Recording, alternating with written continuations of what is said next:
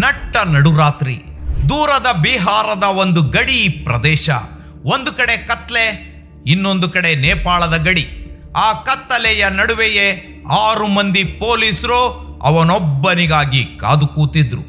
ಅವನು ಬೆಂಗಳೂರಿನಲ್ಲಿ ಒಂದು ಭೀಕರ ಕೊಲೆ ಮಾಡಿ ಬಿಹಾರ ನೇಪಾಳದ ಗಡಿಯಲ್ಲೇ ತಲೆ ಮರೆಸಿಕೊಂಡಿದ್ದ ಕಿರಾತಕ.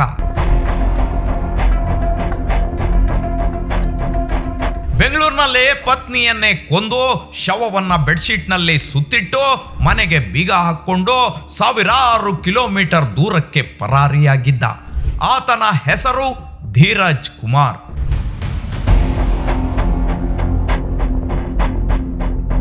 ಬೆಂಗಳೂರಿನಿಂದ ಬಿಹಾರ, ಬಿಹಾರದಿಂದ ಪಶ್ಚಿಮ ಚಂಪಾರಣ, ಅಲ್ಲಿಂದ ಊರೂರು, ಕೊನೆಗೆ ನೇಪಾಳ ಬಿಹಾರ ಗಡಿಯ ಹಳ್ಳಿಗಳವರೆಗೆ ಸುಮಾರು 2000 ಕಿಲೋಮೀಟರ್ಗೂ ಹೆಚ್ಚು ದೂರ ಪೊಲೀಸರು ಆರೋಪಿಯ ಬಂಧನಕ್ಕಾಗಿ ಬೆನ್ನಟ್ಟಿದ್ರು.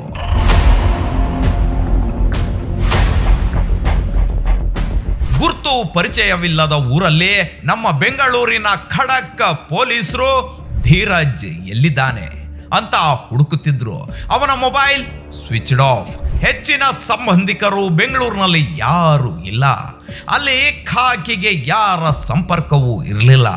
ಆದರೂ ಕುಂಬಳಗೋಡು ಪೊಲೀಸರ 6 ಜನರ ವಿಶೇಷ ತಂಡ ಬೇಟೆ ನಿಲ್ಲಿಸಲಿಲ್ಲ. 1 ದಿನ, 2 ದಿನ, 3 ದಿನ, ಹೀಗೆ ಸತತ 7 ದಿನಗಳ ಕಾರ್ಯಾಚರಣೆ. ಕೊನೆಗೆ ನೇಪಾಳ ಗಡಿಯ ಸಮೀಪದ ಒಂದು ಹಳ್ಳಿಯಲ್ಲಿ ಪೊಲೀಸರ ಬೇಟೆಗೆ ಸಿಕ್ಕವನು ಧೀರಜ್ ಕುಮಾರ್. ಆದರೆ ಈ ಬಂಧನದ ಹಿಂದೆ ಇರೋ ಕತೆ ಇನ್ನೂ ಭಯಾನಕ. ಯಾಕಂದ್ರೆ ಪ್ರೀತಿಸಿ ಮದುವೆಯಾಗಿದ್ದ ಪತ್ನಿಯನ್ನೇ ಅವನು ಕೊಂದು ಬೆಂಗಳೂರು ಬಿಟ್ಟಿದ್ದ. ಆಕೆಯ ಹೆಸರು ರೀಮಾ. ಆರಂಭದಲ್ಲಿ ಚೆನ್ನಾಗಿಯೇ ಇದ್ದ ದಂಪತಿ ನಡುವೆ ಆಗಿದ್ದೇನು. ಹಗಲೊತ್ತು ಚೆನ್ನಾಗಿರ್ತಿದ್ದ ಪತ್ನಿ ಮಲಗುವಾಗ ಮುನಿಸಿಕೊಳ್ತಿದ್ಲು. ಯಾಕೆ? ಊಟದ ವಿಚಾರವ, ಬೆಡ್ ಮ್ಯಾಟ್ರ, ಅಥವಾ ಅವಳ ಹಠ ಅವಳನ್ನ ಅಪೋಷಣ ತೆಗೆದುಕೊಂಡು ಬಿಡ್ತಾ. ಒಂದು ಇಂಟ್ರೆಸ್ಟಿಂಗ್ ಕ್ರೈಮ್ ಕತೆ ಹೇಳೋಕ್ಕೂ ಮುನ್ನ ನೀವಿನ್ನು ಚಾನಲನ್ನು ಸಬ್ಸ್ಕ್ರೈಬ್ ಮಾಡಿಲ್ಲ ಅಂದರೆ ದಯವಿಟ್ಟು ಸಬ್ಸ್ಕ್ರೈಬ್ ಮಾಡ್ಕೊಳ್ಳಿ. ಒಂದು ಮನೆ, ಆ ಮನೆಯಿಂದ ಬರ್ತಿತ್ತು ದುರ್ವಾಸನೆ. ಬಂದು ನೋಡಿದವರ ಕಣ್ಣಿಗೆ ಕಂಡಿದ್ದು ಬೆಡ್ಶೀಟ್ನಲ್ಲಿ ಸುತ್ತಿಟ್ಟಿದ್ದ ಒಂದು ಶವ, ಒಬ್ಬಳು ಹೆಣ್ಣಿನ ಶವ. ಬೆಂಗಳೂರು ಹೊರವಲಯ, ಕುಂಬಳಗೋಡು ಪೊಲೀಸ್ ಠಾಣಾ ವ್ಯಾಪ್ತಿ, ಗೇರುಪಾಳ್ಯದ ಬಾಡಿಗೆ ಮನೆ. 1 ವಾರದ ಹಿಂದೆ ಈ ಮನೆಯಲ್ಲಿ ಒಂದು ಭಯಾನಕ ರಹಸ್ಯ ಅಡಗಿತ್ತು. ಆ ಮನೆಯಲ್ಲಿ ವಾಸವಿದ್ದ ಹೆಣ್ಣು ಮಗಳು ರೀಮಾ. 2 ದಿನಗಳಿಂದ ಆಕೆಯ ಸುಳಿವಿರಲಿಲ್ಲ. ಕೆಲಸಕ್ಕೂ ಹೋಗಿರಲಿಲ್ಲ. ಊರಿಗೆ ಹೋಗಿರ್ಬೋದು ಅಂದ್ಕೊಂಡ್ರು ಅಕ್ಕಪಕ್ಕದ ಮನೆಯವರು.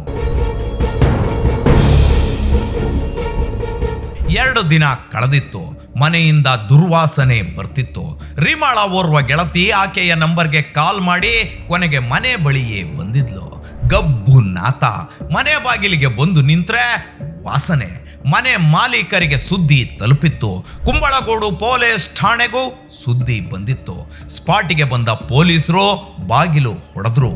ಒಳಗೆ ಬಂದು ನೋಡಿದ್ರೆ ಶಾಕ್. ಪೊಲೀಸರ ಕಣ್ಣಿಗೆ ಬಿದ್ದಿತ್ತು ಒಂದು ಬೆಡ್ಶೀಟ್.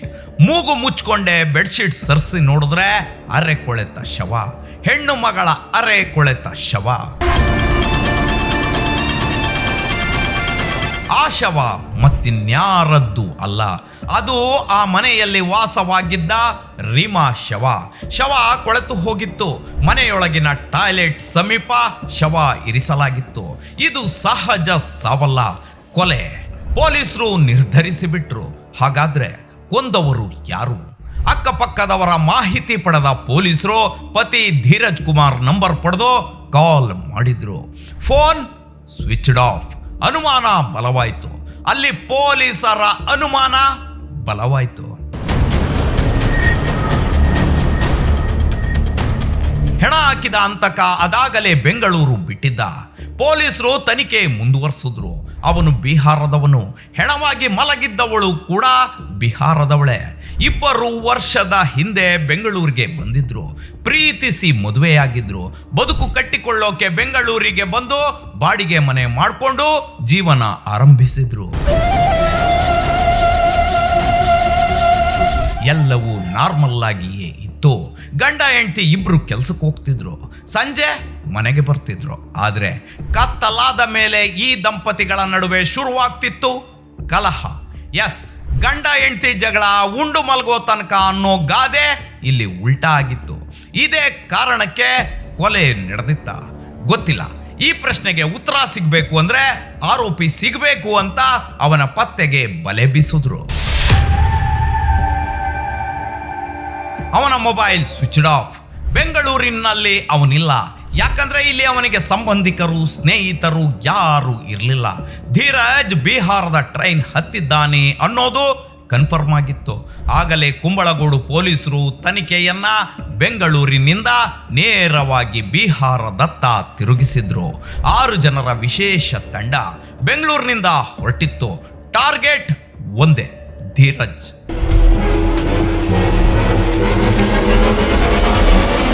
ಆದ್ರೆ ನಾವು ನೀವು ಅಂದುಕೊಂಡಂತೆ ಬಿಹಾರಕ್ಕೆ ಹೋಗಿ ಆರೋಪಿಯನ್ನ ಎತ್ತಾಕಿಕೊಂಡು ಬರೋದು ಸುಲಭವಲ್ಲ. ಯಾಕಂದ್ರೆ ಬಿಹಾರ ಅನ್ನೋದು ಸಾಮಾನ್ಯ ಸ್ಥಳವಲ್ಲ, ಅಪರಿಚಿತ ಸ್ಥಳ. ಕಿರಾತಕರಂತ ಜನ, ಭಾಷೆಯ ಗೊಂದಲ, ಇವುಗಳ ನಡುವೆ ಕರ್ನಾಟಕ ಪೊಲೀಸ್.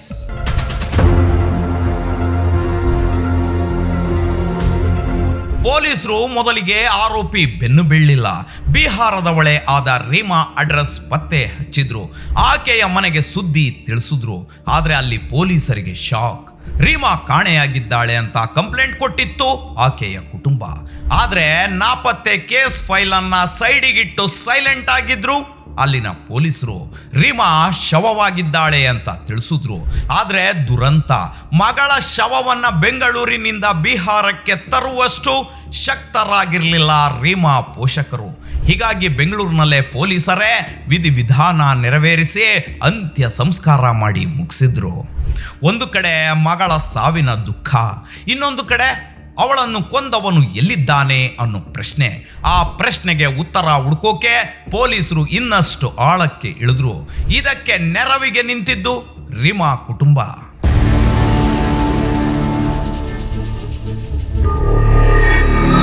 7 ದಿನಗಳ ಬೇಟೆ. ಇದೀಗ ಕಥೆಯ ಅತ್ಯಂತ ರೋಚಕ ಭಾಗ. ಪೊಲೀಸರ ವಿಶೇಷ ತಂಡ ಬಿಹಾರದ ಮಧುಬನಿ ಪ್ರದೇಶದಿಂದ ಈಸ್ಟ್ ಚಂಪಾರಣ್ ಕಡೆಗೆ ಸಾಗಿತ್ತು. ಹಳ್ಳಿಯಿಂದ ಹಳ್ಳಿಗೆ, ವ್ಯಕ್ತಿಯಿಂದ ವ್ಯಕ್ತಿಗೆ ಮಾಹಿತಿ ಕಲೆ ಹಾಕುತ್ತಾ ಧೀರಜ್ನ ಸುಳಿವು ಹುಡುಕಾಡುತ್ತಾ ಹೋದ್ರು. ಅವನು ಒಂದು ಕಡೆ ಹೆಚ್ಚು ಸಮಯ ಉಳಿಯುತ್ತಿಲ್ಲ ಅನ್ನೋ ಅನುಮಾನ. ಹೀಗಾಗಿ ಪ್ರತಿ ಕ್ಷಣವೂ ಪೊಲೀಸರಿಗೆ ಮುಖ್ಯವಾಗಿತ್ತು. ಇನ್ನೊಂದು ಕಡೆ ಅವನು ನೇಪಾಳ ಗಡಿಯತ್ತ ಹೋಗಿದ್ದಾನಾ ಅಥವಾ ಗಡಿ ದಾಟಿ ತಪ್ಪಿಸಿಕೊಳ್ಳೋಕೆ ಯತ್ನಿಸ್ತಿದ್ದಾನಾ? ಈ ಪ್ರಶ್ನೆಯು ತನಿಖಾ ತಂಡದ ಮುಂದೆ ಇತ್ತು. ಕೊನೆಗೆ ಸತತ 7 ದಿನಗಳ ಕಾರ್ಯಾಚರಣೆ ನಂತರ ನೇಪಾಳ ಬಿಹಾರ ಗಡಿಯ ಸಮೀಪದ ಒಂದು ಹಳ್ಳಿಯಲ್ಲೇ ಪೊಲೀಸರಿಗೆ ಅವನ ಸುಳಿವು ಸಿಕ್ಕಿತ್ತು. ಬೇಟೆ ಮುಗಿಯಿತು. ಧೀರಜ್ ಕುಮಾರ್ ಅರೆಸ್ಟ್. ಆರೋಪಿಯನ್ನ ಹಿಡಿದು ತಂದು ಗದರಿದ್ದೇ ಹತ್ಯೆಯ ಕಾರಣ ಹೊರಬಂದಿತ್ತು. ದಾಂಪತ್ಯದಲ್ಲಿ ಬಿರುಕು, ಸಣ್ಣ ಪುಟ್ಟ ವಿಚಾರಕ್ಕೂ ಜಗಳ. ಪದೇ ಪದೇ ವಾಪಸ್ ಊರಿಗೆ ಹೋಗೋಣ ಅಂತಿದ್ಲು ರೀಮಾ. ಇದೇ ವಿಚಾರಕ್ಕೆ ಮನೆಯಲ್ಲಿ ಗಲಾಟೆ ಆಗ್ತಿತ್ತು. ಇನ್ನು ಅಡುಗೆ ಮಾಡುವ ವಿಚಾರಕ್ಕೂ ಜಗಳ. ಉಂಡು ಮಲಗಿದ ಮೇಲೆ ಧೀರಜ್ ಹತ್ರ ಹೋದ್ರೆ ಅವಳು ಸಿಡಿದು ಬೀಳ್ತಿದ್ಲು. ವಿಪರೀತ ಎನ್ನುವಷ್ಟು ರೀಲ್ಸ್ ಹುಚ್ಚಿತ್ತು. ಮೊಬೈಲ್ ಮೇಲಿದ್ದ ಪ್ರೀತಿ ತನ್ನ ಮೇಲೆ ಇರಲಿಲ್ಲ ಅಂತ ಹೇಳಿಕೆ ನೀಡಿದ್ದ ಆರೋಪಿ ಧೀರಜ್. ಕೃತ್ಯ ನಡೆದ ದಿನ ರಾತ್ರಿ ಕೂಡ ಬೆಡ್ ಮ್ಯಾಟ್ರಿಗೆ ಇಬ್ಬರ ನಡುವೆ ಜಗಳವಾಗಿತ್ತು. ಈ ಸಂದರ್ಭದಲ್ಲಿ ಪತ್ನಿಗೊಂದು ಏಟು ಹಾಕಿದ್ದ ಧೀರಜ್. ಅವಳೇನು ಕಡಿಮೆ ಹೆಣ್ಣ, ಅವಳು ಬಿಹಾರದ ಹೆಣ್ಣು ಮಗಳೇ. ಗಂಡ ಅಂತಲೂ ನೋಡದೆ ತಿರುಗಿಸಿ ಮೂತಿಗೆ ಹಿಕ್ಕಿದ್ಲು. ಆಗ್ಲೇ ನೋಡಿ ಅವನು ಆಕೆಯದ್ದೇ ದುಪ್ಪಟದಿಂದ ಕುತ್ತಿಗೆ ಬಿಗಿದು ಉಸಿರು ನಿಲ್ಲಿಸಿಬಿಟ್ಟ.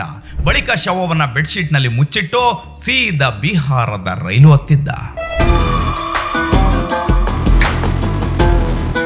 ಅತ್ತ 2 ದಿನಕ್ಕೆ ದುರ್ವಾಸನೆ ಇಡೀ ರಹಸ್ಯವನ್ನ ಬಯಲು ಮಾಡ್ತು. 2 ದಿನಗಳಿಂದ ರೀಮಾ ಕೆಲಸಕ್ಕೆ ಬಂದಿಲ್ಲ ಅಂತ ಮನೆ ಬಳಿ ಬಂದ ಸ್ನೇಹಿತೆ ಮೂಗಿಗೆ ದುರ್ವಾಸನೆ ಬಡ್ದಿತ್ತು. ಆಕೆ ಮನೆ ಮಾಲೀಕರಿಗೆ ಮಾಹಿತಿ ತಿಳಿಸಿದ್ಲು. ಬಳಿಕ ಪೊಲೀಸರ ಎಂಟ್ರಿ ಆಗಿ ಕೊನೆಗೆ ಕೊಲೆ ರಹಸ್ಯ ಬಯಲಾಯ್ತು. ಆರೋಪಿ ಚಾಪೆ ಕೆಳಗೆ ನುಸುಳಿದ್ರೆ ಪೊಲೀಸರು ರಂಗೋಲಿ ಕೆಳಗೆ ನುಸುಳ್ತಾರೆ ಅನ್ನೋದಕ್ಕೆ ಈ ಪ್ರಕರಣ ಕೂಡ ಮತ್ತೊಂದು ಉದಾಹರಣೆ. ಒಂದು ಸಣ್ಣ ಸುಳಿವನ್ನ ಬಿಡದೆ ಕಲೆ ಹಾಕಿ ಕೊನೆಗೆ ಅವನನ್ನ ಕ್ಯಾಚ್ ಹಾಕುವಲ್ಲಿ ಪೊಲೀಸರು ಯಶಸ್ಸು ಕಂಡಿದ್ದಾರೆ. Hats off to you Kumbalgodu police team. ಇಂತಹ ಇನ್ ಡೆಪ್ತ್ ಕ್ರೈಮ್ ಸ್ಟೋರಿಗಾಗಿ stay tuned. Suman TV Kannada, ಇದು ಸಮಾಜದ ಸ್ವರ.